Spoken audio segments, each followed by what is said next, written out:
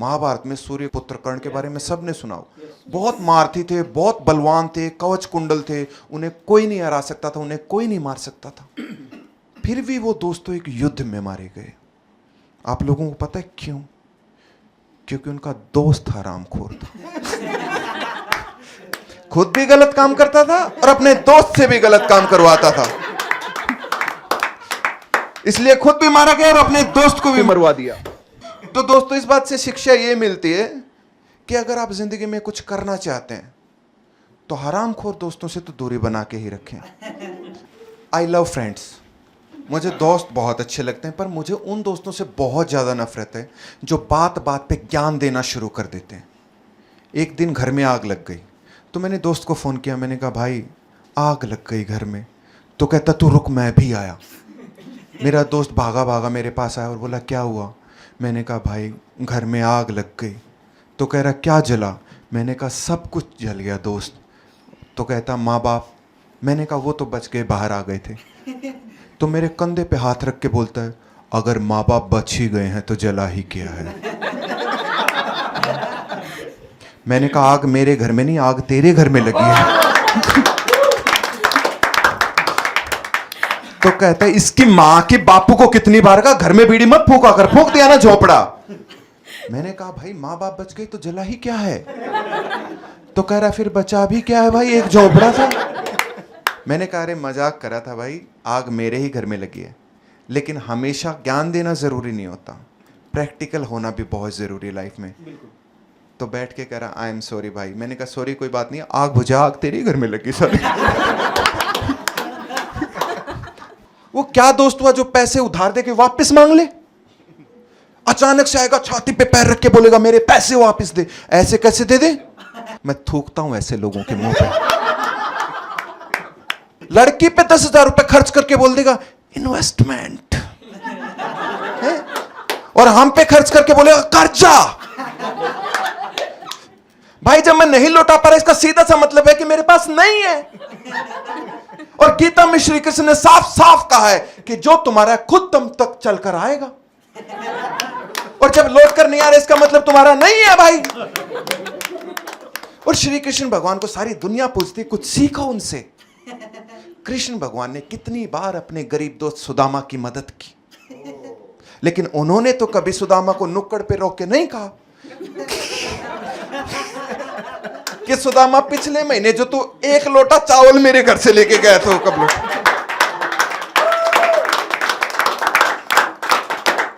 तो शर्म आनी चाहिए गाइस आप लोगों को। एक दिन मैं खड़ा होकर कहीं सिगरेट पी रहा था तो एक आदमी आया साइकिल पे, उसका नाम अक्षय था, और मेरे पास आके बोलता है क्यों रे नंदू, अस्पताल के सामने फूफू। मैंने कहा हाँ भाई। अस्पताल में भाभी है? मैंने कहा हाँ। कह रहा है सिगरेट कितने की है? मैंने कहा 10 रुपए की। और जेब में कितनी है? मैंने कहा 10 रुपए की एक और। कह रहा 20 रुपए की सिगरेट। 20 रुपए हैं तेरे पास अपनी जान लेने के लिए, इन्हीं 20 रुपए से तू अपनी और भाभी दोनों की जान बचा सकता है।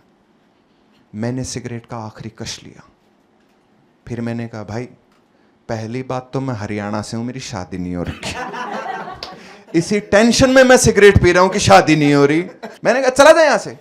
चला गया। अगले दिन मैंने देखा अपने एक अजय नाम के दोस्त के साथ गुटखा बेच रहा है।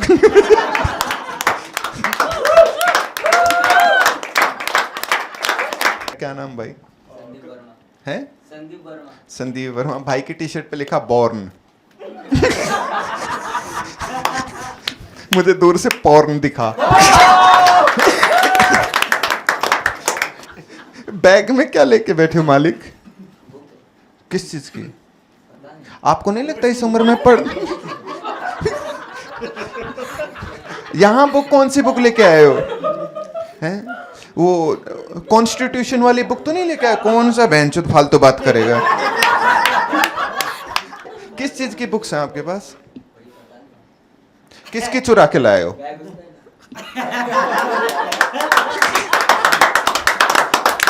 तुम्हारा बैग उसके पास क्या कर रहा है?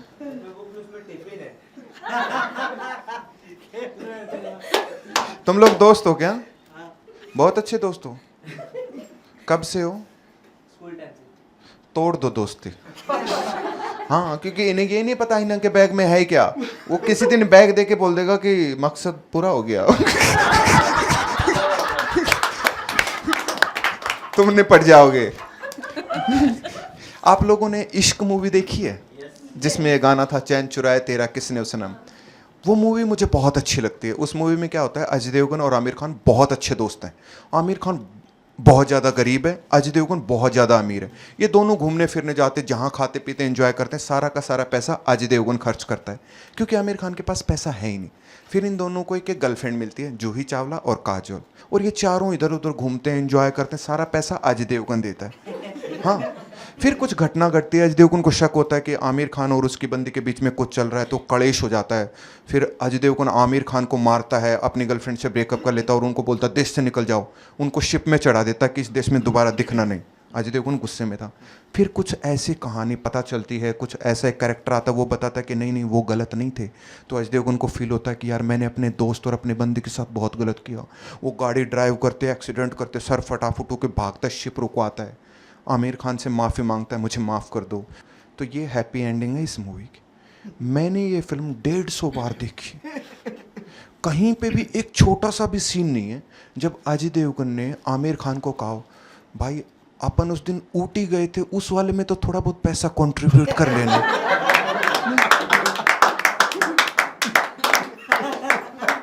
तो जब इतना बड़ा आदमी पैसे की कंट्रीब्यूशन नहीं मांग रहा तो हम साले लिच्चड़ क्यों बनते जा रहे हैं जिंदगी में?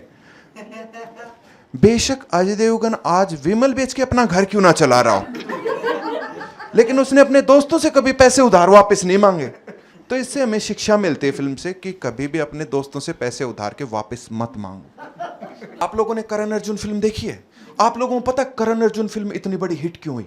मैं बताता हूँ। इसकी कहानी है कि एक माँ होती है, उसके 2 बेटे होते हैं, वो गांव के एक ठाकुर से पंगा ले लेते हैं और ठाकुर उन दोनों बच्चों को मार देते। माँ पगला जाती है कि मेरे करण अर्जुन आएंगे, मेरे करण अर्जुन आएंगे, मेरे करण अर्जुन आएंगे। वो करण अर्जुन कहीं और जन्म ले भी लेते हैं, बड़े हो जाते हैं। बड़े होने के बाद दोनों एक एक गर्लफ्रेंड बनाते हैं, उसके साथ एंजॉय करते हैं, अच्छा खाते पीते हैं, घूमते फिरते हैं। फिर उनको याद आता है अरे हमारी माँ तो उस गांव में पगला गई है, मेरे करण अर्जुन आएंगे, मेरे करण अर्जुन आएंगे। तो वो दोनों अपनी माँ के पास जाते हैं उस गांव में जहाँ उनकी माँ पगलाई हुई है। तो अपनी माँ को जाके पूछते हैं व्हाट हैपन मॉमी। तो हाँ, क्योंकि वो जेंजी हो गए थे ना बाद में पैदा होके। तो वो पूछते हैं क्या हुआ? तो कहते ठाकुर ने पिछले जन्म में तुम दोनों को मारा था, जाओ किल हिम बास्टर्ड। वो करण अर्जुन जाते हैं, ठाकुर को मार देते हैं। ये कहानी है। इस कहानी से हमें जो सीखने को मिलता है वो ये है कि जिंदगी और मौत का कोई भरोसा नहीं है दोस्तों, इसलिए गर्लफ्रेंड बनाओ और एंजॉय करो जिंदगी पहले।